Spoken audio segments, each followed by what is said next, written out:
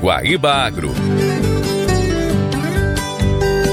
Apresentação: Eduardo Souza.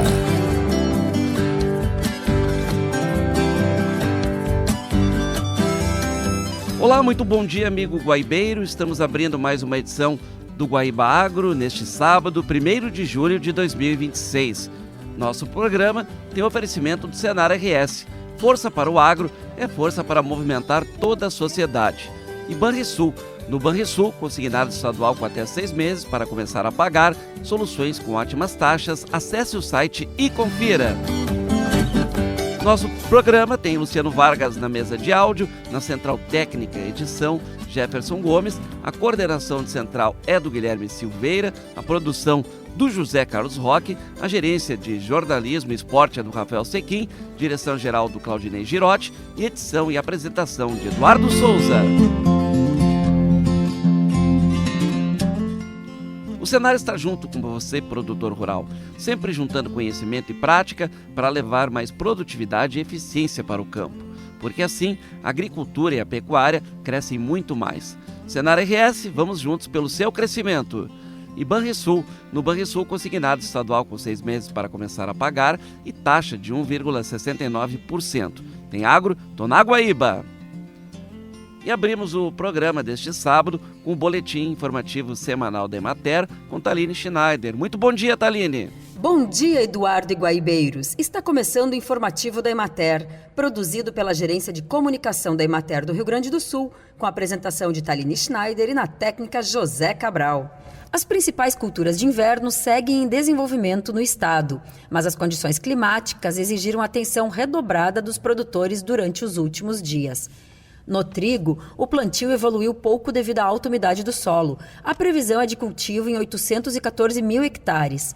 Atualmente, 98% das lavouras estão em desenvolvimento vegetativo e 2% em floração. A primeira metade da semana da segunda quinzena de julho foi marcada por condições meteorológicas típicas de El Niño, com alta umidade, baixa luminosidade, nebulosidade persistente e temperaturas elevadas. Já na segunda metade, as chuvas cessaram gradualmente, mas permaneceram o céu encoberto, a neblina, a alta umidade relativa do ar e breve períodos de sol. O solo continuou bastante úmido, principalmente na região noroeste, onde ocorreram os maiores volumes de chuva, provocando inclusive erosão em algumas áreas. Na canola, a cultura apresentou bom desenvolvimento e as lavouras evoluíram para a fase de floração. O tempo mais úmido favoreceu o aumento da incidência de doenças, como a canela preta, exigindo manejo para evitar perdas no potencial produtivo. Também foi realizada adubação de cobertura nas lavouras tardias, onde a umidade do solo permitiu a operação. A área cultivada está estimada em 353 mil hectares, com produtividade média projetada de 1.619 quilos por hectare. As lavouras de aveia branca apresentam, de forma geral, bom desenvolvimento com áreas em perfilhamento, elongação do colmo, florescimento e enchimento de grãos. Apesar das boas condições fitossanitárias, a elevada umidade, a baixa luminosidade e as chuvas intensas exigem monitoramento constante de doenças foliares, perda de nutrientes e ocorrência de acamamento. Os tratos culturais seguem em andamento. Na cevada, as lavouras apresentam crescimento dentro da normalidade, predominando os estágios de perfilhamento e início de elongação do colmo. Embora a condição fitossanitária seja satisfatória, o ambiente úmido favorece doenças fúngicas foliares, exigindo monitoramento constante. Em algumas regiões, as condições climáticas também têm dificultado a aplicação de fertilizantes nitrogenados em cobertura e o controle de plantas invasoras. Bem, Eduardo e guaibeiros, hoje vamos ficando por aqui. Um bom final de semana a todos que nos acompanharam e até o próximo informativo da Emater. Obrigado, Taline. Vamos agora aos destaques do Caderno Rural do Jornal Correio do Povo, que circula neste fim de semana com o colega jornalista Leandro Mariani Mitman. Tudo bem, meus amigos guaibeiros? Leandro Mariani Mitman, editor assistente da editoria de Rural do Jornal Correio do Povo, aqui para contar um pouco aí do nosso caderno de final de semana, Correio do Povo Rural, que, como sempre, aborda um assunto muito importante aí relacionado ao agro gaúcho.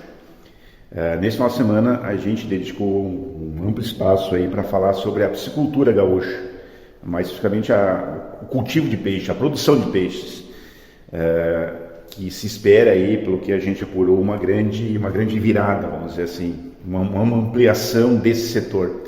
Afinal, o Rio Grande do Sul aí, que é um destaque em uma série de cultivos agrícolas e pecuários, muitas vezes líder ou entre os principais produtores aí, seja de soja, não precisa nem falar de tabaco, de arroz, de ovos, de suínos, de frango. Mas na piscicultura, o Rio Grande do Sul é apenas o 13º maior produtor de peixes. E isso tem uma explicação do porquê que o Rio Grande do Sul ficou tão para trás aí, e a gente apurou aí que pode estar a caminho aí uma grande virada aí com a entrada de cooperativas. A gente conversou com especialistas aí que dão uma ideia de que muita coisa boa pode tá vindo aí. Enfim, o caderno aborda aí as potencialidades e as projeções aí para a piscicultura gaúcha. Da mesma forma, o caderno traz, como sempre, aquela coluna muito tradicional, muito emocionante do Paulo Mendes, a Camperiada, em que ele destaca aí os agostos chuvosos. A gente sabe o quanto o Rio Grande do Sul está chovendo, quanta chuva vem aí, e ele relata um pouco aí a experiência dele nos campos gaúchos aí, com a chuva, com animais no meio do barro, enfim. Como eu disse, é uma coluna sempre muito nostálgica aí, abordando o mundo, o universo aí do tradicionalismo gaúcho. Muito obrigado, até a próxima. Bom, e a primeira entrevista do programa que iremos reproduzir foi conduzida nesta semana por Gutierrez Sanches no Esfera Pública, com Antônio Luz, ele que é economista-chefe da Farsul, em que ele fala sobre o apontamento da entidade que revela que 88% da dívida rural do Estado fica fora da MP do governo que renegocia dívidas do setor. Vamos ouvi-lo. Diga lá, Gutierrez.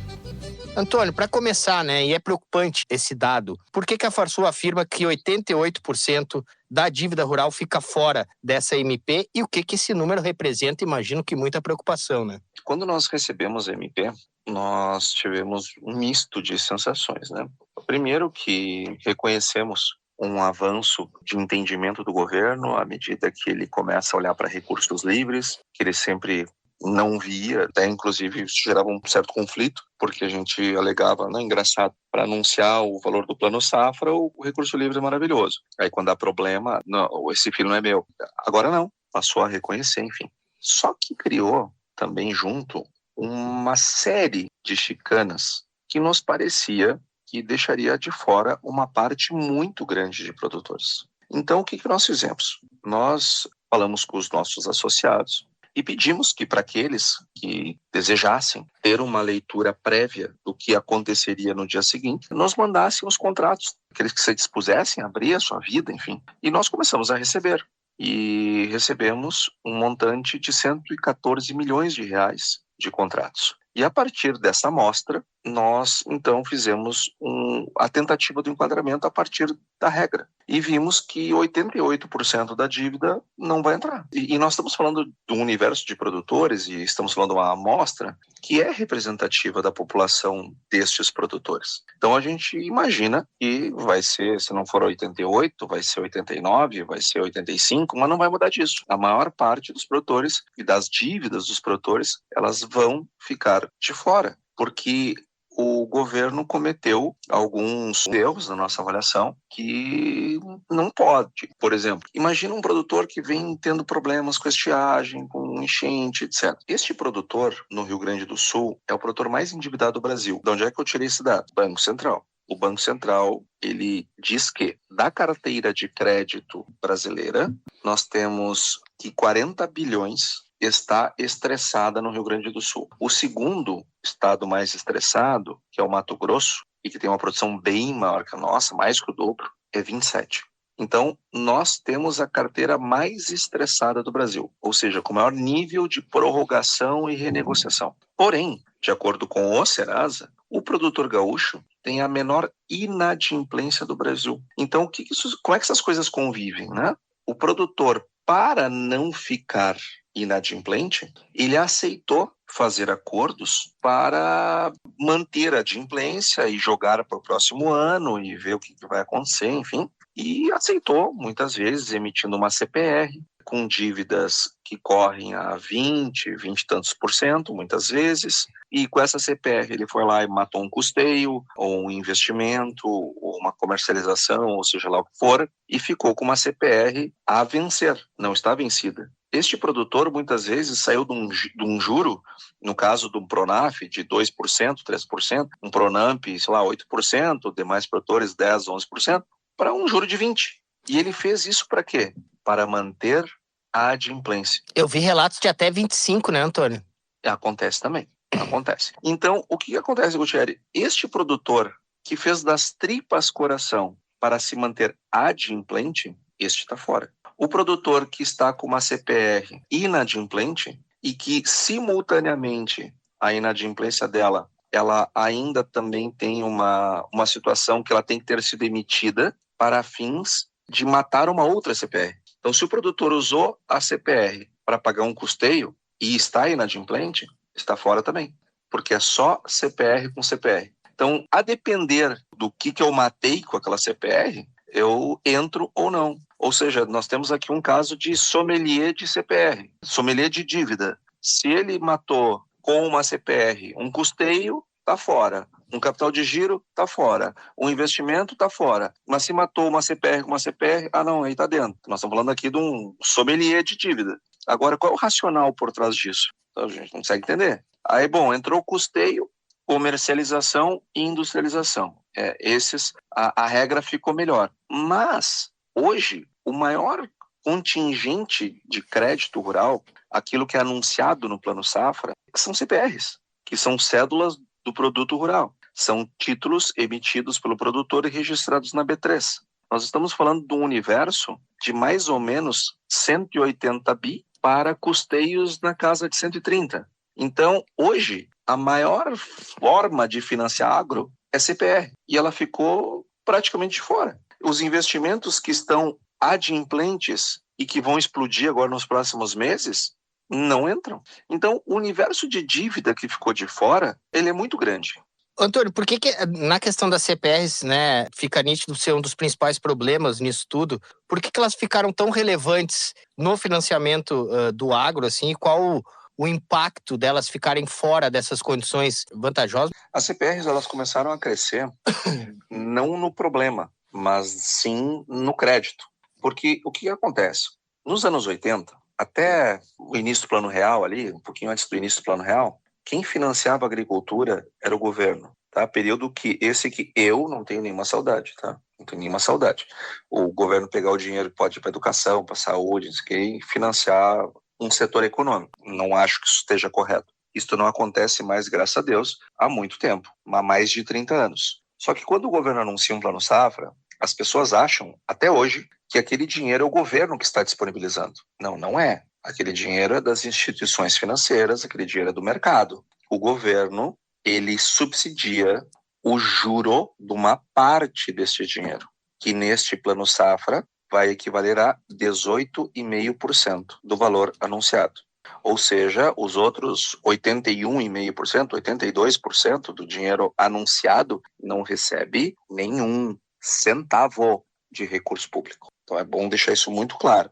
Por que isso aconteceu? Porque o governo abandonou? Não. É que o agro cresce. E quanto mais ele cresce, mais ele precisa de dinheiro. Então, o agro começou a ficar muito grande, então foi se buscando novos instrumentos. A CPR, ela é um título de dívida que foi criada ainda na década de 90, mas que ganhou tração mesmo nos últimos 15 anos, mais ou menos. E hoje ela representa a principal fonte de crédito para o produtor rural, no Brasil inteiro, inclusive no Rio Grande do Sul. Então, a CPR, ela foi crescendo. Consequentemente, quando dá problema, este instrumento que é disponível, que é um instrumento válido, ele também termina sendo utilizado para o produtor conseguir fazer uma ponte entre o ano que ele foi mal sucedido para um próximo ano que vá colher melhor. Acontece que nós deveríamos ter uma política de seguro rural e uma política de proagro para que quando o produtor tivesse esse tipo de infortúnio, ele tivesse o seu seguro, vai lá, paga e segue a vida. Quando um país não tem seguro rural, ele vai ter renegociação de dívidas eternas.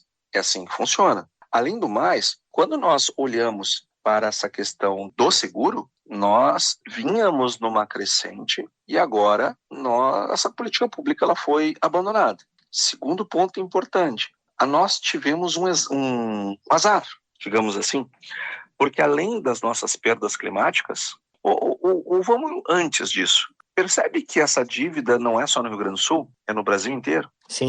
E só quem teve problema climático fomos nós, ali o sul do Mato Grosso do Sul. Então, por que o Brasil inteiro está com problema? Por causa dos juros. Então, a agricultura é uma atividade que te deixa uma margem líquida de 5%, 6%. Então, tu não pode ter uma alta alavancagem, ou seja, um nível de dinheiro que tu tem que pegar na rua para plantar alto, com juro alto, porque senão a conta não fecha. Então, e nós estamos desde 2022 com uma Selic de 2 dígitos.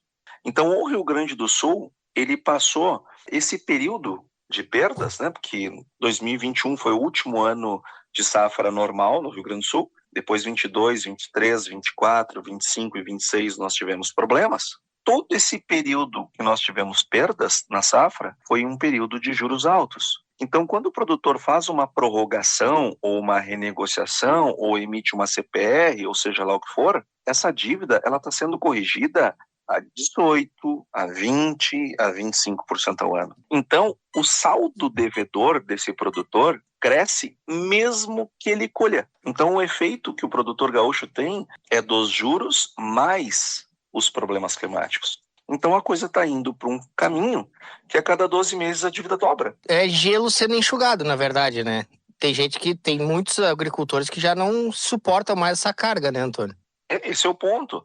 E a dívida não do indivíduo dobra em um ano, tá? Não é isso que eu estou dizendo. Sim. Eu estou dizendo que a dívida do Estado do Rio Grande do Sul, dos produtores gaúchos, ela está dobrando. Ela dobra em 12...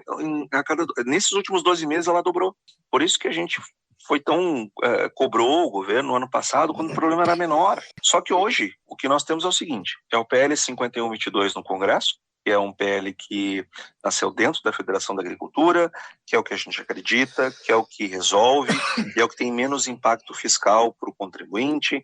Aliás, um impacto muito pequeno, porque ele é indireto, não é nem indireto, porque nós estamos usando recursos do Fundo Social do Pré-Sal, e o governo não está gastando esse dinheiro, ele usa o fundo, o produtor quita a dívida com o sistema financeiro, contrai uma nova dívida via sistema financeiro, mas com o Fundo Social, e ele devolve o dinheiro para o Fundo Social pagando juros.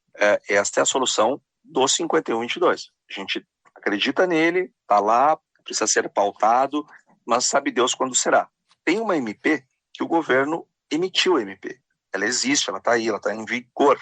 Então qual é o nosso papel agora? É tentar melhorá-la. E nós vamos fazer isso. Nós vamos tentar melhorar a MP, mostrando para o governo aonde que ela funciona, aonde que ela não funciona, porque está cheio de produtor desesperado que a gente precisa achar uma solução. Nessa prática aí, né, de na prática tentar reverter, amenizar essa situação tão preocupante, vocês conseguem interlocução com o governo, com a base, com deputados de todas as formas? Vocês estão conseguindo, pelo menos, apresentar o quão grave é essa situação e como essa primeira ou a solução por último agora apresentada não foi suficiente? E para acrescentar dentro dessa pergunta, você falava do erro de diagnóstico do governo. Houve tempo, abertura para vocês apresentar e apontar, né, que poderia ser um caminho diferente e não esse adotado? Não, nós conhecemos a MP no dia da sua publicação. Nós não tivemos acesso anterior a ela. Imaginei. Nós não participamos da construção dela. Também, tampouco fomos convidados para tanto. Quanto à questão de interlocução, nós temos uma base de deputados federais que tem nos dado um apoio muito grande. Eu tenho até medo de citá-los aqui, esquecer alguém, mas nós temos um número significativo de parlamentares que têm nos ajudado, inclusive nesse momento de recesso parlamentar, e que eles também justamente estão cuidando das suas campanhas, mas também estão dando atenção a esse assunto. E aí, por parte do governo, o deputado Paulo Pimenta, ele tem feito um meio de campo entre nós e o ministro da Fazenda, inclusive tivemos uma conversa com ele, o presidente Domingos falou com ele agora de manhã, para montar não só uma reunião política com o ministro, mas uma reunião técnica com o grupo do ministro para que a gente possa estressar esses pontos para tentar acontecer o que aconteceu com a MP 1314, que ela veio parecida com essa, cheia de dificuldades de entrar, e depois passou uma reunião, 2, 3, 10, e até que o governo fez uma outra MP que não foi maravilhosa, mas foi bem melhor que a primeira. Então, faz parte do processo. Antônio, há relatos, né, de famílias, entidades preocupadas, obviamente, com o impacto emocional de um endividamento, e a gente imagina o quanto isso deve impactar, obviamente. Você percebe um aumento desse sofrimento do produtor gaúcho? E mais, a Farsul, ela monitora isso, tenta fazer algo, pode fazer algo, pretende? Porque realmente é muito preocupante, né? Para te teres uma ideia do nosso sentimento, né? Eu vou falar uma coisa que é óbvia, mas às vezes as obviedades precisam ser ditas. O presidente da Farsul é produtor rural. Sim. O vice é produtor rural. Os diretores executivos são produtores rurais. Todos os diretores da Farsul e os 130 e tantos presidentes sindicatos rurais são produtores rurais. Então, a gente não vê a distância, o desespero, a gente vê perto. Sim. A gente está vendo o que está acontecendo. Tá? E realmente eu trabalho no agro desde 1º de fevereiro de 1999, então já sou um veterano em crises, né? Não me orgulho disso, mas participei de todas as renegociações de dívidas de 2005 para cá, todas, sem exceção, e vi muitos momentos de crise, vi muitos momentos de desespero, inclusive, mas eu nunca vi nada parecido com o que nós estamos tendo agora. Nada parecido. É um momento que não são só os produtores, não. A nossa casa, como é feita de produtores rurais, e os funcionários, como eu, que trabalham aqui dentro. Não tem um que não esteja contaminado emocionalmente pelo que está acontecendo. É uma situação realmente muito pesada, muito pesada. Parece um dia da marmota, todos os dias o mesmo dia. Aquilo que a gente viveu na enchente, em termos de perdas, as estiagens para os produtores são piores. Então imagina tu ter um ano, e aí depois tu tem outro, aí tu tem outro, tu tem outro, tem outro. Essa ansiedade, essa angústia que nós estamos vivendo aqui, com essas enchentes que estão, de novo, sendo contundentes na Serra, no Vale do Taquari, no Vale do Jacuí, nas regiões aqui do estado, agora vem para a região metropolitana, a apreensão dos moradores aqui da região metropolitana, agora o problema vem para cá. Essa angústia que nós estamos sentindo, que o teu ouvinte nesse momento está sentindo, imagina isso nunca passar, só piorar, só crescer. Isso tem sido nos nossos últimos anos. Para fechar, assim, vocês, até pela experiência que tu trouxeste desde de 99, eu acho que até já sei a resposta, mas nada como um especialista experiente, não dá para dizer que é uma crise conjuntural, né, Antônio? Ela é estrutural já, né? Ela é uma ótima pergunta. Um problema climático, ele é conjuntural, né? Sim. Por definição.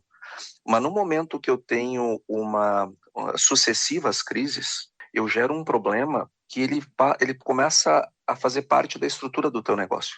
Mesmo que a gente venha colher bem nos próximos anos, e se Deus quiser isso vai acontecer, daqui 10 anos vai ter gente pagando a dívida de agora. E juros altos não combinam com nenhuma atividade econômica. A crise de crédito que o Brasil vive é sem precedentes, não é só no agro. Nós estamos com 51% da população adulta brasileira negativada no Serasa. Isso é um absurdo. Nós temos 45% mais empresas negativadas do que nós tínhamos no pico da pandemia, no pico, quando as empresas fecharam as portas sem saber o que ia acontecer. Hoje, 45% mais CNPJs negativados do que naquela época. Então, a crise de crédito, ela não é do agro, do país, só que ela contamina o agro e o produtor que está endividado por conta de problemas climáticos. E aí, o problema vira estrutural. Obrigado, Gutierre, obrigado, Antônio. E o PIB da cadeia de soja e do biodiesel no Brasil deve alcançar 6,87% neste ano e chegar a mais de 662 bilhões de reais. É o que aponta estudo do CPEA em parceria com a Biov. Segundo os pesquisadores, o resultado está ligado à colheita de uma safra recorde em 2025 e 2026 e à intensificação do processamento do grão pela indústria. A cadeia deve representar 21,2% do PIB do agronegócio e 4,8% do PIB nacional em 2026. O avanço vem na sequência de um crescimento forte já registrado em 2025 de 11,72%. O estudo aponta crescimento em todos os segmentos. Para insumos, a alta é estimada de 2,57%, com mais demanda por sementes, fertilizantes e tecnologia. Para a soja, o crescimento deve ser de 7,26%, puxado por uma produção recorde de 180 milhões e 560 mil toneladas, segundo a Conab. Na agroindústria, a elevação é de 7,74%, com destaque para o biodiesel, que deve crescer 10,93%. A produção maior reflete a adoção do B15 desde agosto do ano passado. Já o agroserviços, como transporte e armazenagem, deve crescer 6,89%, com aumento do escoamento da soja e dos derivados. Outro dado do estudo, o PIB gerado por tonelada de soja processada no Brasil é quase 4 vezes maior que o gerado pela soja exportada em grão. Agora vamos falar da cultura da lã, pois a certificação da lã gaúcha alcança quase 600 mil quilos em 4 safras. A certificação da lã gaúcha alcançou quase 600 mil quilos em 4 safras desde o início do programa conduzido pela Associação Brasileira de Criadores de Ovinos, a ARCO. Os resultados foram apresentados durante o 3º Dia da Lã, realizado na sede do Sindicato Rural de Santana do Livramento. Na abertura, o presidente da ARCO, Edmundo Gressler, afirmou que a cadeia iniciou uma nova etapa após um período no qual a lã perdeu participação na renda das propriedades. Segundo ele, a certificação acrescenta critérios técnicos ao conhecimento acumulado por gerações de criadores na seleção para peso, brancura dos velos e qualidade das fibras. E a lã teve aquele período de imensa timidez em função de todos os acontecimentos. E agora alguém começou a perceber de que algo tinha que ser feito. E nós tivemos, a ARCO, a sua diretoria, esse momento de reflexão e de que algo tem que ser feito. Nós não podemos mais continuar nesta timidez de não fazer nada que não seja nobre, tão nobre é a fibra deste produto. A primeira palestra técnica abordou o mercado mundial da lã. O responsável pelo departamento das lãs da Zambrano e Companhia e presidente da União de Consignatários e Rematadores de Lã do Uruguai,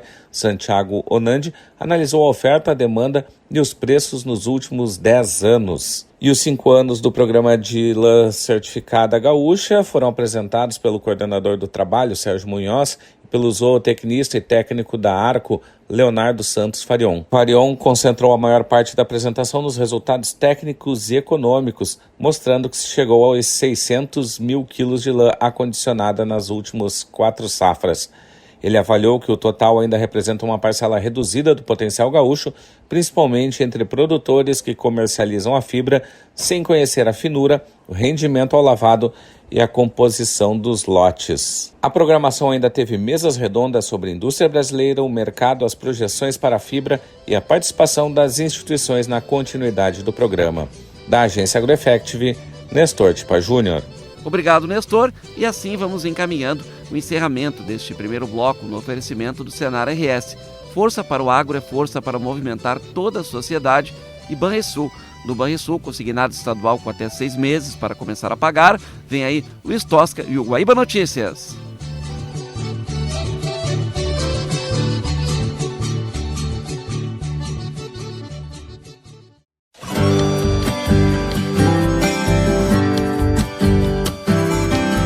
Estamos apresentando Guaíba Agro. Estamos de volta com o segundo bloco do Guaíba Agro deste sábado, 1º de agosto, com o oferecimento do Senar, que está junto com você, produtor rural, sempre juntando conhecimento e prática para levar mais produtividade e eficiência para o campo, porque assim a agricultura e a pecuária crescem muito mais. Senar RS, vamos juntos pelo seu crescimento. E Banrisul, no Banrisul, consignado estadual com 6 meses para começar a pagar e taxa de 1,69%. Tem agro? Tô na Guaíba! Do Laboratório para a Lavoura, tecnologia nova na Embrapa Trigo, corta tempo e custo da pesquisa genética. Sobre a ferramenta, conversa conosco agora o pesquisador da Embrapa Trigo, Luciano Consoli, que está na linha. Obrigado por atender a Rádio Guaíba. Tudo bem, Luciano? Tudo bom, Eduardo? Tudo certo. Tudo certo. Muito obrigado por nos atender mais uma vez. Mas te pergunto o seguinte, né? O que dá para falar sobre essa nova plataforma, né, de genotipagem automatizada que vem aí para acrescentar, né, no cultivo do trigo? Essa é uma nova tecnologia aí que foi recentemente adquirido os equipamentos aqui na Embrapa Trigo e que é uma metodologia de sequenciamento que é conhecido como de nova ou de segunda geração, né? Então isso faz com que a gente possa processar um grande número de amostras com um grande número de marcadores moleculares ao mesmo tempo. Então isso traz uma agilidade para o processo que a gente já trabalhava nos anos anteriores, mas que era mais demorado. E agora isso passa a agilizar o processo para identificar novas cultivares com resistência ou resistências nas novas cultivares que estão em desenvolvimento, para levar para o agricultor material genético não só com resistência a doenças, mas com outras características de interesse do agro, né? Com certeza, e eu noto também, né, o material aqui, que o preparo dessas amostras de DNA caiu de dias para 12 horas com essa nova pesquisa, certamente, né, acelerando, né, o desenvolvimento de novas cultivares de trigo, portanto. Isso é a principal característica dela, né? Só para o ouvinte ter uma ideia do avanço, hoje a gente consegue processar o mesmo número de informação no laboratório em uma semana, coisa que a gente gastava um ano inteiro para fazer. Então essa é a diferença de tempo, né? De ganho de tempo que isso traz para a equipe aqui da Embrapa Trigo, né? Sem dúvida também a aquisição desses novos equipamentos, né, Ion Chef e ION Gene Studio S5 Plus, né, que possibilitam essa rapidez, tecnologia e diminuindo custos também, né? Além do tempo, portanto, esses seriam os principais ganhos para a pesquisa pública? O tempo a gente não coloca muito isso em ganho, né? Mas é um ganho enorme, né? Quando você reduz o seu tempo, você economiza recursos já, né? Porque você processa aquilo, você ganha em mão de obra, né? Essa é uma grande vantagem. E a outra vantagem para o setor de pesquisa, né? Tanto o público como somos nós aqui, mas nós trabalhamos em parceria com outras instituições também, é que a gente passa a ter um acesso a um número de marcadores moleculares bem maior do que a gente tinha disponível até então, né? Nós podemos hoje trabalhar com até 5.000, quando eu falo marcadores moleculares, o ouvinte pode entender como genes, né? Já identificados no genoma do trigo, que já foi sequenciado, né? Então a gente se beneficia desse aspecto de uma forma ágil e rápida, né? E lógico, essa é a parte do laboratório. Nós não podemos esquecer que sem a parte de campo e que a gente chama de fenotipagem, né? Que é conhecer a característica fenotípica, tem que estar também atrelado a esse equipamento, a essa metodologia, né? Seria como a gente dar um valor fenotípico para cada marcador, né? Aí uma vez que a gente estabelece essa relação, a gente passa a usar um marcador para agilizar o processo. Bom, identificando... É um pouco... Não, pode continuar, por favor, Pode falar. Luciano. Não, eu ia perguntar, já que tu falaste é a visão. Da identificação dos marcadores, né? E ligados a características, enfim, com mais agilidade. É possível também de acelerar o desenvolvimento, baseado nisso, né, de trigos mais produtivos e daqui a pouco resistentes a pragas, doenças? No momento a gente vem trabalhando muito com pragas e doenças, né? Mas com doenças fúngicas, né? Principalmente a giberela aqui para a região sul, e a brusone, que afeta mais a região lá do Cerrado, Só que com essas mudanças todas climáticas aí, a gente tem visto que essas doenças, a brusone, por exemplo, ela começou a vir para a região sul, né, onde ela não era muito corrente, onde não tinha muita ocorrência. Então, hoje nós trabalhamos mais com esse enfoque em doenças e algumas características de qualidade também. Mas o objetivo nosso agora, com esse aumento do número de marcadores, é trabalhar com essas características mais complexas, que é o rendimento, que talvez seja a característica mais complexa que se tenha para trabalhar em trigo ou em qualquer outra espécie, né?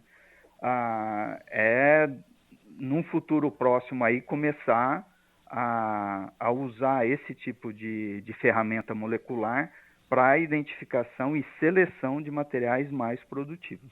Com certeza, é uma evolução, sem dúvida nenhuma, né? Pois até em 20 anos, né, se saiu dos géis manuais para sequenciamento de segunda geração. Qual foi o maior gargalo que essa automação resolveu e o que isso representa, né, para a biotecnologia agrícola aqui no país? O maior gargalo é o tempo, né? Porque se a gente for pensar que para você fazer a seleção com ferramenta molecular, durante o processo de obtenção de cultivares, você tem os cruzamentos que são realizados, né? São cruzamentos que a gente fala manuais, né? E depois o trigo, ele passa por no mínimo 7 ciclos de seleção. Se a gente for pensar em um ciclo só por ano, a gente levaria 7 anos para ter um material fixado, pronto para começar a ser avaliado como cultivar. Então, entre o florescimento e a seleção, você tem um período curto para usar ferramentas moleculares, porque o objetivo é você reduzir o número de plantas que vá para o campo. Essa é a grande vantagem. Como era muito manual, a gente conseguia processar um pequeno número de amostras nesse intervalo. Então, agora essa limitação ela acabou. Então, a agilidade nossa hoje é muito maior, né? Com certeza. Bom, e traduzindo para o campo, né, o impacto para o produtor, como essa tecnologia no laboratório pode chegar mais rápido na ponta, né? Em quanto tempo a gente pode ver no mercado cultivares desenvolvidos com apoio desta nova plataforma? Olha, isso é um processo quase que... nós podemos dividir o uso ou o ganho para o agricultor num curto, médio e longo prazo, né? No curto prazo, o agricultor ele já tem, hoje, quando o material é lançado, muitos dos materiais lançados pela Embrapa Trigo hoje já usa de ferramentas moleculares para seleção. Então, o que a gente espera agora é que esse número de cultivares que saem no mercado com uma presença maior dessa tecnologia. O agricultor não vê isso, porque a gente chama isso de tecnologia embarcada. Ela está ali dentro, ela ocorreu durante o processo de seleção. Então, fica difícil a gente colocar um carimbo na cultivar, falando assim, essa cultivar aqui tem seleção molecular. Mas a grande maioria já vem nós já estamos aplicando isso de uma forma, a gente vinha aplicando de uma forma mais, vamos dizer assim, em menor escala, e agora o objetivo é aumentar essa escala e chegar para o agricultor. Isso a curto prazo, né? Nos próximos lançamentos aí, esse material já está chegando. A médio e longo prazo, a gente usa esse tipo de ferramenta para identificar o que a gente chama de fontes de resistência, que não necessariamente são adaptadas aqui para o Brasil. A gente busca material genético em outros países que foram descritos como resistente a alguma doença que para nós é importante. A gente importa esse material, identifica as marcas e passa a usar isso no processo de seleção. Então, aí já é a médio e longo prazo. Então, você vê que as ferramentas elas são usadas em diferentes etapas do processo, né? Claro. Mas sempre visando a geração de material com maior resistência ou maior resiliência a essas mudanças climáticas aí, a doença que sempre evolui, e com certeza visando sempre maior produtividade, né? Com certeza. Bom, isso tudo, tá? Para o consumidor, como pode impactar, né? Vai impactar na qualidade, o preço do pão e da própria farinha no futuro? Olha, aí a gente já entra em problema de mercado, né? Eu atuo mais na área de pesquisa, no desenvolvimento. Depois, até chegar isso com um menor custo para o consumidor, aí nós entramos em políticas econômicas de mercado, que aí a Embrapa, como a instituição de pesquisa, ela não tem muita atuação nessa forma, né? O que a gente espera é que, proporcionando para os agricultores materiais mais resistentes, mais produtivos, isso aumente a rentabilidade do agricultor. E, consequentemente, a gente espera que para o consumidor, como a gente aumentou a produtividade reduzindo o custo, a gente espera que isso também chegue no bolso do consumidor. Porque eu sou pesquisador, você é jornalista, mas todos nós somos consumidores, né? Sim. Então, o que a gente espera é que a gente um dia pague um pouco menos. Só que mercado, como na agricultura tem muito produto, insumos que são importados, quando ocorre alguma, como é que eu vou dizer isso? Algum evento mundial que faça com que o preço do petróleo, por exemplo, aumente, isso impacta no produto final, né? Só que nesse aspecto, nós aqui como instituição pública, a gente não tem como atuar, a gente passa a ser consumidor, né? Como todo mundo, né? Claro, com certeza. Isso vai depender, né, de muitos fatores aí que influenciam na hora do produto, né? Isso, depende de muitos fatores, né? Exato. Infelizmente, né? Mas o nosso trabalho é sempre buscando proporcionar ao agricultor maior rentabilidade, né? Que isso implica em redução de custo e produção maior, né? Isso que é a rentabilidade, né? Tá certo. Pesquisador da Embrapa Trigo, Luciano Consoli, agradeço demais por ter atendido a Rádio Guaíba. Um grande abraço. Eu que agradeço pelo convite, estamos sempre à disposição aqui. E assim vamos chegando ao fim deste bloco. Em nome do Senar RS, força para o agro é força para movimentar toda a sociedade. E Banrisul. No Banrisul, consignado estadual com até 6 meses para começar a pagar. Vamos ao intervalo e já voltamos.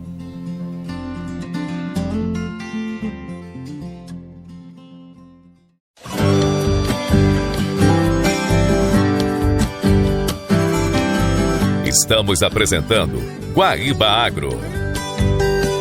Estamos de volta com o terceiro bloco do Guaíba Agro deste sábado, com oferecimento do Senar, que está junto com você, produtor rural, sempre juntando conhecimento e prática para levar mais produtividade e eficiência para o campo, porque assim a agricultura e a pecuária crescem muito mais. Senar RS, vamos juntos pelo seu crescimento.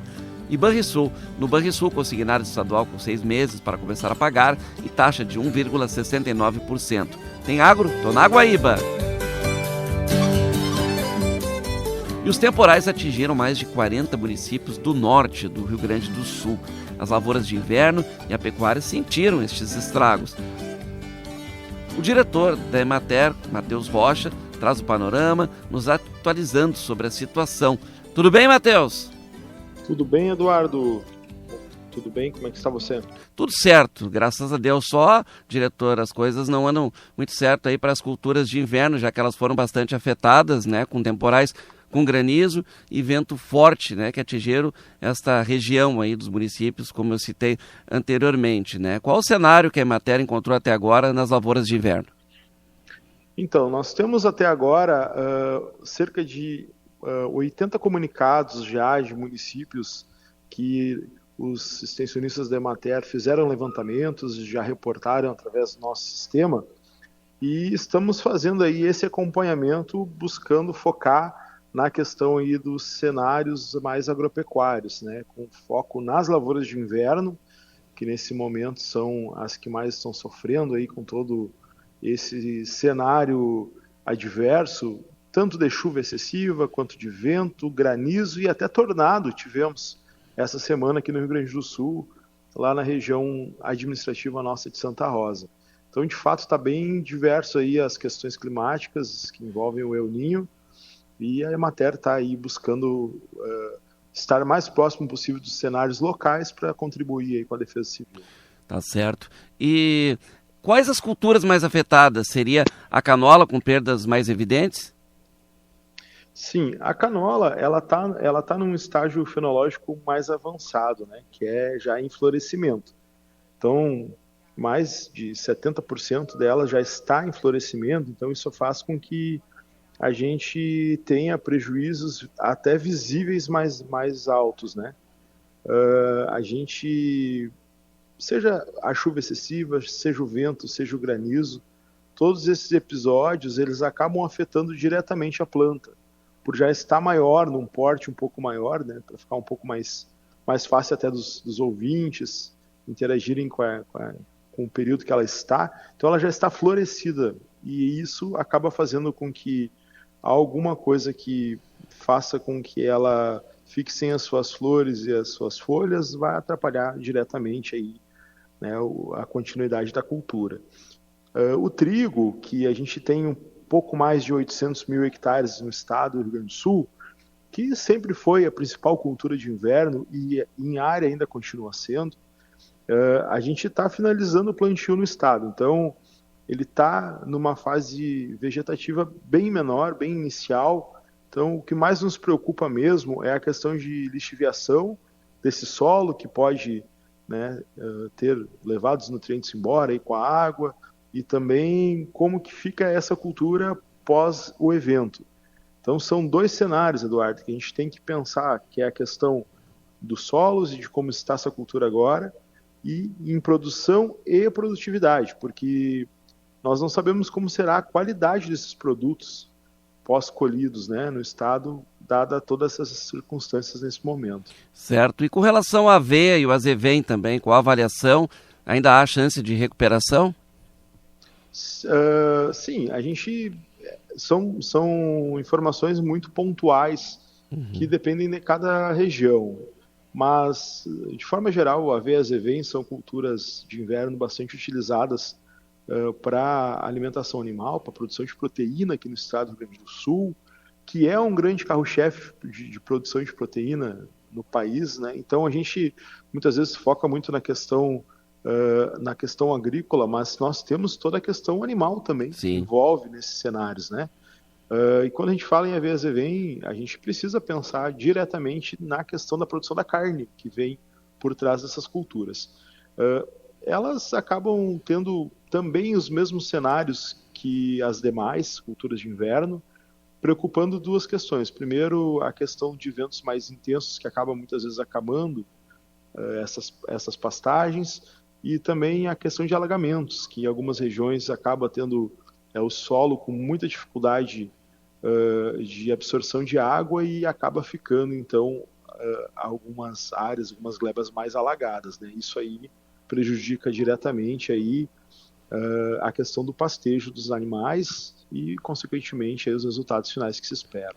Exato, né, Matheus? Isso só mostra que a agricultura e a pecuária estão diretamente conectadas, não tem como, afinal de contas, a pecuária da região depende destas forrageiras de inverno aí para engorda, né?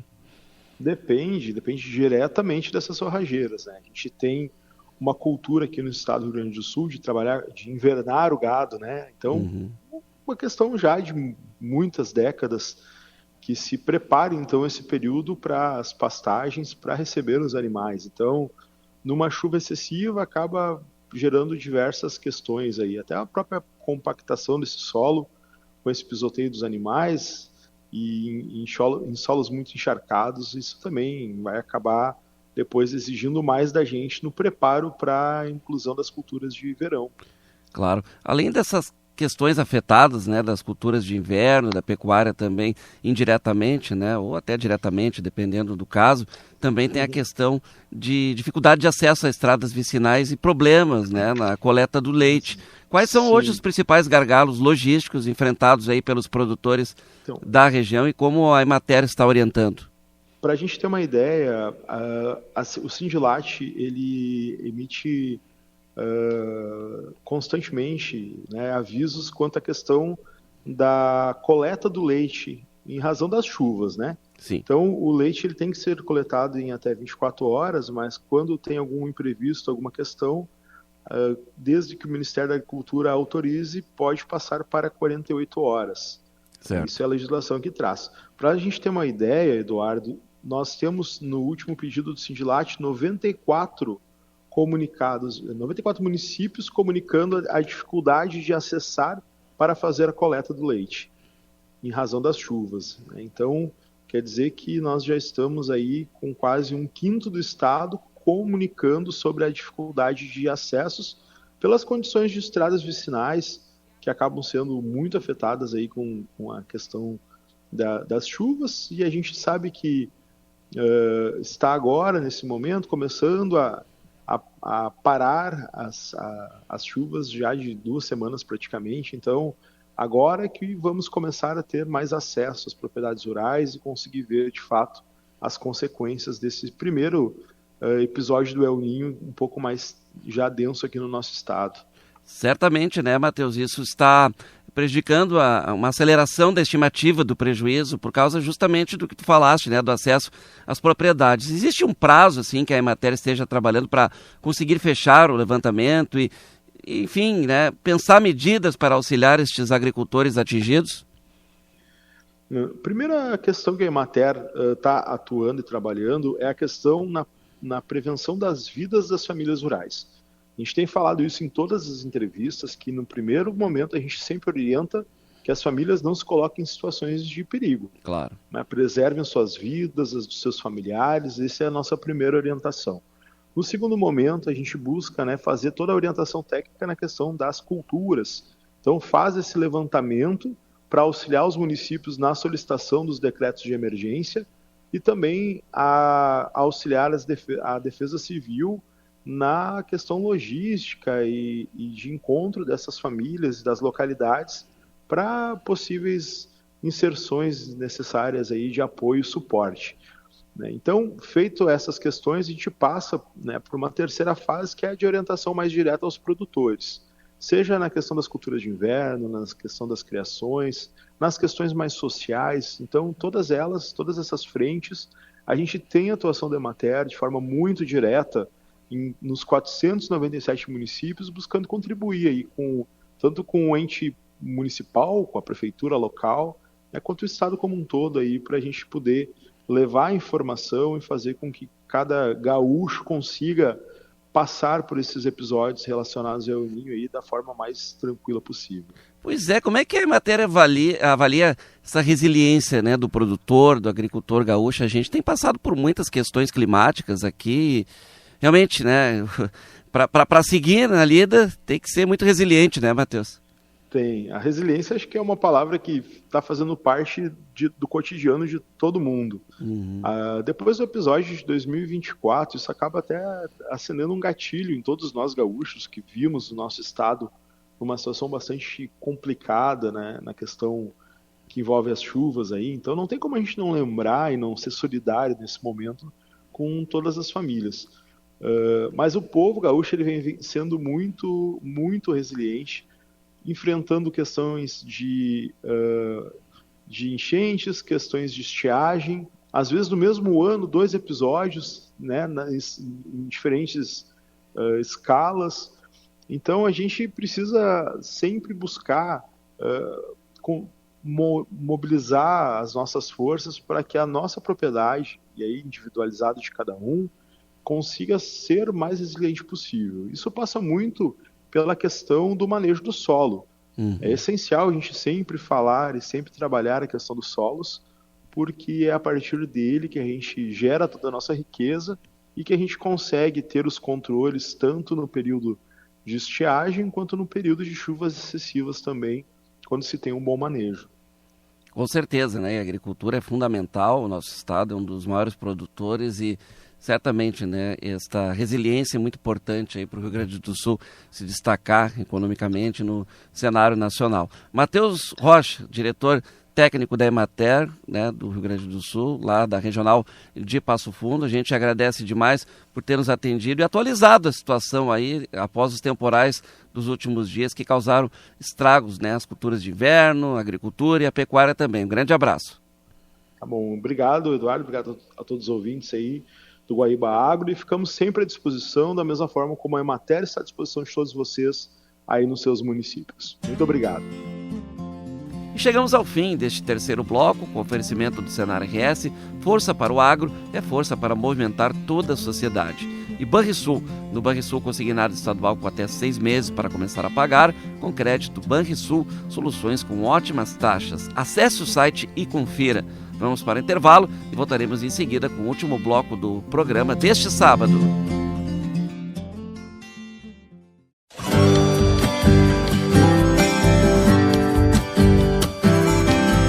Estamos apresentando Guaíba Agro. Estamos de volta com o quarto bloco do Guaíba Agro deste sábado, 1º de agosto, com oferecimento do Senar RS, que está junto com você, produtor rural. Sempre juntando conhecimento e prática para levar mais produtividade e eficiência para o campo, porque assim a agricultura e a pecuária crescem muito mais. Senar RS, vamos juntos pelo seu crescimento. E Banrisul, no Banrisul consignado estadual com 6 meses para começar a pagar e taxa de 1,69%. Tem agro, tô na Guaíba. Bom, agora no programa vamos reproduzir uma entrevista conduzida por Fabiano Brasil no Guaíba Revista da última quinta-feira. Na ocasião, o diretor da Granja Pinheiros falou sobre o investimento de 30 milhões de reais em uma nova granja de recria em São Francisco de Paula, na Serra. Portanto, Roberto Luiz Kell fala também sobre ampliação, empregos e o foco no mercado interno. Diga lá, Fabiano Brasil. Tudo bem, Roberto? Seja muito bem-vindo. Agradeço a oportunidade de conversar com vocês. Sim, estamos investindo. A honra é toda nossa. De recria. Como? A honra é toda nossa, Roberto. Vamos lá então, vamos falar de investimentos? Por favor. Recentemente a gente adquiriu uma granja de recria de aves de corte, então, em São Francisco de Paula, né, para produzir. Primeiramente, eu acho que vale a explicação que a criação de frangos é totalmente verticalizada, né? Então, a gente tem desde a criação de aves matrizes, que são as produtoras de ovos férteis, depois o incubatório, depois a produção do frango de corte para finalmente fazer o abate. Então, recentemente a gente investiu num incubatório novo em Nova Petrópolis, investimos cerca de 70 milhões, com recursos financiados pelo FINEP, para investir em nova tecnologia de incubação, que é muito importante. Mas ainda tinha, então, uma parte do Elo, que é a granja de recrias, que ainda estava deficitária. Então, agora, no final do ano, a gente fez esse investimento em São Francisco de Paula, adquirindo uma granja que já existia e investindo mais 30 milhões de reais para, assim, completar o ciclo. Muito bom. Não, e a gente sabe a importância que eu falava antes da avicultura aqui no sul do Brasil, né? E essa ampliação certamente ela vai trazer um percentual de quanto de acréscimo na nossa produção, Roberto? Pois é, o incubatório hoje ele foi programado para 11 milhões de ovos mês, né? Então é um incubatório muito grande, ele vai atender os nossos 2 frigoríficos. Nós temos um frigorífico no Rio Grande do Sul que produz a marca Avicer. É uma produção dos mais variados cortes de frango que estão disponíveis em todo o mercado do Rio Grande do Sul, e um frigorífico em Santa Catarina que vai abater 90 mil frangos dia também. Então essa granja de recria, junto com a outra granja de recria que a gente já tinha em São Francisco, nós temos as 2 granjas de recria em São Francisco, que a gente sempre é muito preocupado com a questão sanitária. São Francisco de Paula é uma região onde ainda tem pouca criação de aves, então a gente decidiu investir naquele município sempre pensando na questão sanitária, que é extremamente importante para a avicultura. Vocês devem ter ouvido muitas vezes já que qualquer problema sanitário ele gera um impacto nas exportações, no mercado local. Então a gente se preocupa muito com isso, por isso o investimento em São Francisco. É importante investimento. Contextualizando o nosso ouvinte, a Granja Pinheiros adquiriu unidade Recria, acelerando o plano de crescimento depois do investimento em São Francisco de Paula de 30 milhões de reais, ampliando esta operação. Agora, é evidente que esse investimento nessa nova unidade, ela ocupa 2 milhões de metros quadrados, 3 núcleos compostos por 11 galpões e com a capacidade de alojar cerca de 130 mil aves simultaneamente. Essas aves todas de consumo, é claro, no nosso país ou também para exportação, Roberto? Não, a gente se especializou realmente no consumo interno. A gente produz, que nem eu disse, no frigorífico do Rio Grande do Sul, a gente tomou uma decisão estratégica já há alguns anos que a gente não ia focar exportação, que a gente ia ser um especialista no mercado interno. Então, os 2 frigoríficos produzem para o mercado interno, tanto é que a gente, muito diferente de muitas outras empresas, a gente tem uma gama muito grande de produtos. A gente costuma dizer que a gente chega a fazer produto personalizado, né? A gente tem algumas redes de restaurantes. Um dos exemplos por exemplo, é o Galeto Primo Canto, que vocês devem conhecer, né? Nós somos o único produtor de Galeto Primo Canto de todas as galeterias do Rio Grande do Sul e que hoje estão se expandindo por Santa Catarina, São Paulo, Brasília, Paraná. Então nós estamos distribuindo esse Galeto Primo Canto para todos esses estados, né? Então qual foi a decisão da empresa estratégica? Produzir para o mercado local. O que gera uma certa tranquilidade para o nosso cliente supermercadista restaurante, porque a gente ele não está competindo com exportação. Pode estar o mercado externo bom, pode estar o dólar bom, pode estar o euro bom. A Granja Pinheiros Ave Serra vai estar atendendo, porque nós não somos nem habilitados. O nosso foco realmente é mercado interno, é consumo local. E fortalecendo muito a nossa economia também local, né? São Francisco de Paula que também recebe esse investimento e atingindo quantas pessoas diretamente nas questões de emprego, por favor, Roberto? Nós vamos trabalhar com 40 pessoas nessa granja nova, na outra unidade que a gente tem também já tem em torno de 40 funcionários, né? Então em São Francisco a gente vai estar com 80 colaboradores mais ou menos, diretamente, mas lembrando que como a empresa, como a avicultura é verticalizada, a gente tem muito emprego indireto, né? Porque na realidade tu vai ter muito transportador de ração, transportador dessas aves que é terceirizado. Exato. Depois o transportador dos ovos férteis, o transportador dos pintinhos, depois o frango abatido, esses caminhões que circulam na Grande Porto Alegre, por todo o Rio Grande do Sul. Então é o tipo de empreendimento que ele ramifica muito a economia, ele distribui muita renda porque ele acaba ramificando. A gente tem, cerca de 300 parceiros, pequenas empresas que trabalham conosco, né? Muito legal. Roberto Luiz Kel, diretor administrativo da Granja Pinheiros, falando desse investimento, portanto, em São Francisco de Paula, fortalecendo aí a avicultura e também justamente a economia dessa região e do estado do Rio Grande do Sul. Roberto, muito obrigado pelo carinho da presença aqui no Guaíba Revista, parabéns aí pelo investimento e até uma próxima oportunidade. Nós que agradecemos, estamos à disposição. Quando quiserem mais informações, é só chamar que a gente está no programa de novo. É um prazer para nós. Prazer é nosso. Muito obrigado. Tecnologia para o pequeno e médio agroindustrial, Cedra, Senai e Embrapa lançam parceria para levar inovação digital para a porteira. Quem está na linha conosco é o diretor Cláudio Gastal do Senai, que explica os ganhos. Tudo bem? Seja bem-vindo, Cláudio. Bem-vindo a todos, obrigado pela oportunidade. Vamos então direto ao ponto, né? Com essa parceria entre Cedra, Senai e Embrapa, que muda de fato no dia a dia do pequeno e médio agroindustrial do Rio Grande do Sul. Qual é o ganho concreto que o produtor vai sentir na porteira? A primeira coisa é a gente colocar que essa parceria ela junta 3 capacidades complementares, né? A Embrapa, indiscutivelmente, conhece profundamente os desafios da produção, da agropecuária, da pequena propriedade, da indústria, e o Cedra, por parte do sistema FIER, juntamente com o Senai, traz 2 competências. O Cedra, no sentido de competência, desenvolvimento de competências e tecnologias digitais para o agro, e o próprio sistema Senai, né, já consolidado, e aproxima cada vez mais essa pesquisa desenvolvida pelo Cedra, essa tecnologia do Cedra, para dentro das indústrias, através do seu sistema de extensão. O resultado que nós vemos, que esperamos que vai acontecer, é um aceleramento das soluções digitais para o agronegócio do Rio Grande do Sul, em especial para pequena e média propriedade. Ainda tem uma distância natural dessas tecnologias devido aos custos, né, e a todo o acesso. Portanto, a nossa ideia é democratizar, através dos cenários, juntamente com a Embrapa, o acesso às tecnologias digitais ao pequeno e médio produtor. Certo, e justamente isso que o senhor seria, né, a segunda questão realmente que eu teria, porque o acordo destaca justamente pequenas e médias empresas, né, que muitas vezes não têm acesso a essa tecnologia de ponta, né, o senhor mencionou isso realmente. Na visão, né, da entidade, quais são as maiores barreiras que essas empresas enfrentam hoje e como o Semear Digital, através do Cedra, pode ajudar a derrubar essas barreiras? Principalmente porque nós estamos falando em tecnologia, de pesquisa, de tecnologia aplicada, que hoje muitas vezes é acessada através de empresas internacionais ou empresas que acabam focando no grande.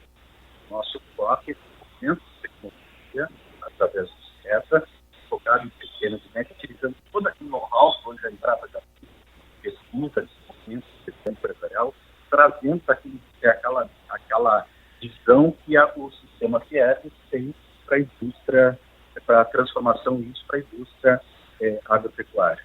Maravilha. E o senhor também falou, né, estava aqui acompanhando o material, em criar uma ponte, né, entre a excelência da pesquisa e a capacidade da indústria, né? Na prática, assim, se o senhor puder nos desdobrar, né, como vai funcionar uma base permanente? O pesquisador, por exemplo, da Embrapa, técnico do Senai e a empresa vão trabalhar juntos em que tipo exatamente, assim, de projeto?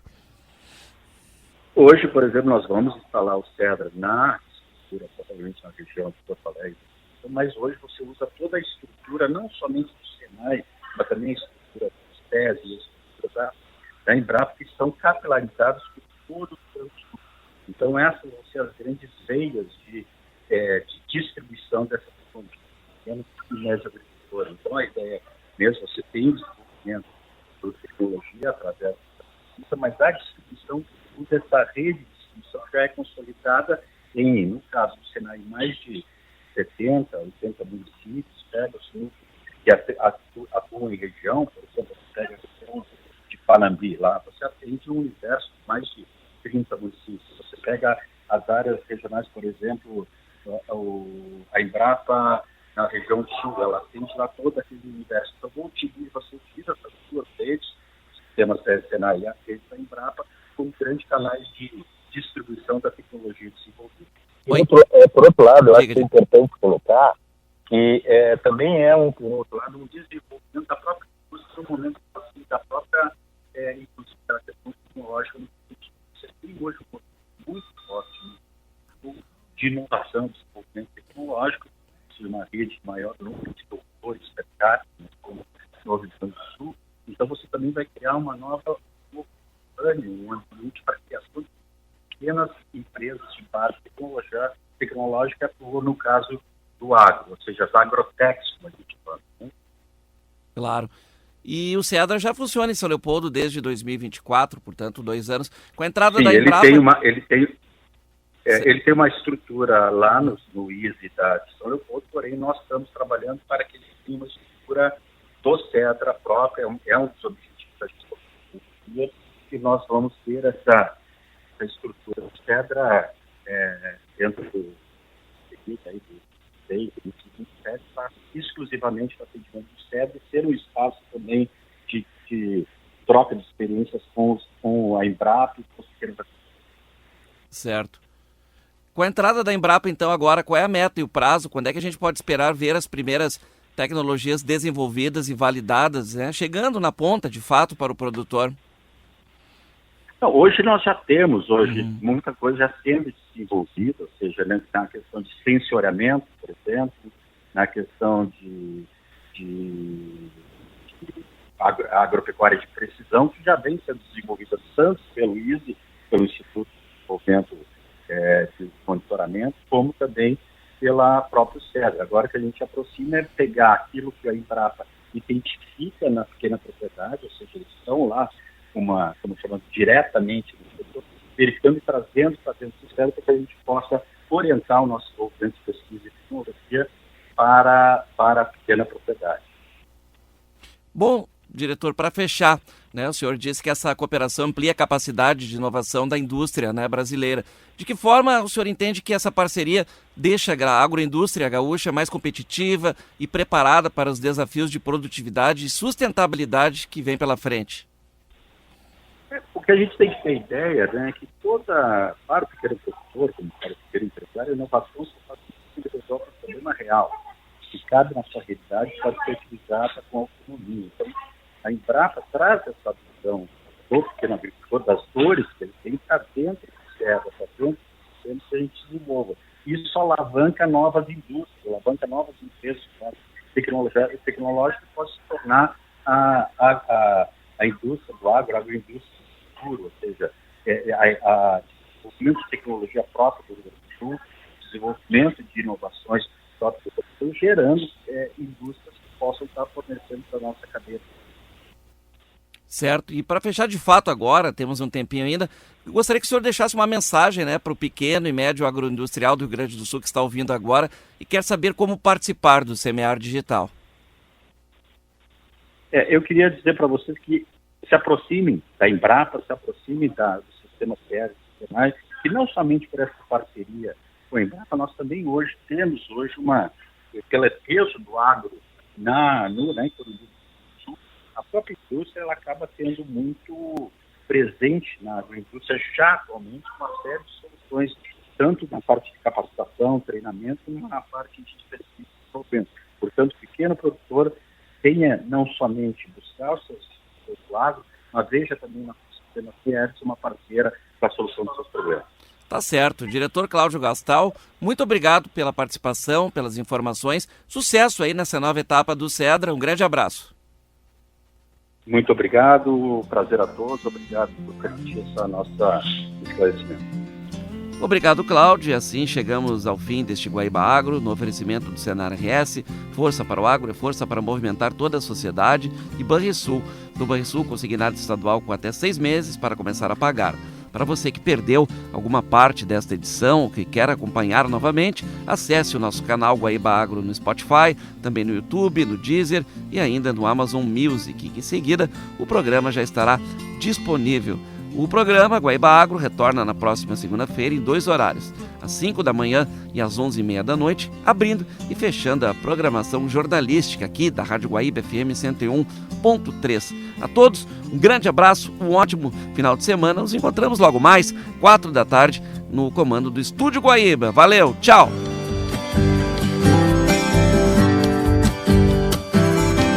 Você ouviu Guaíba Agro.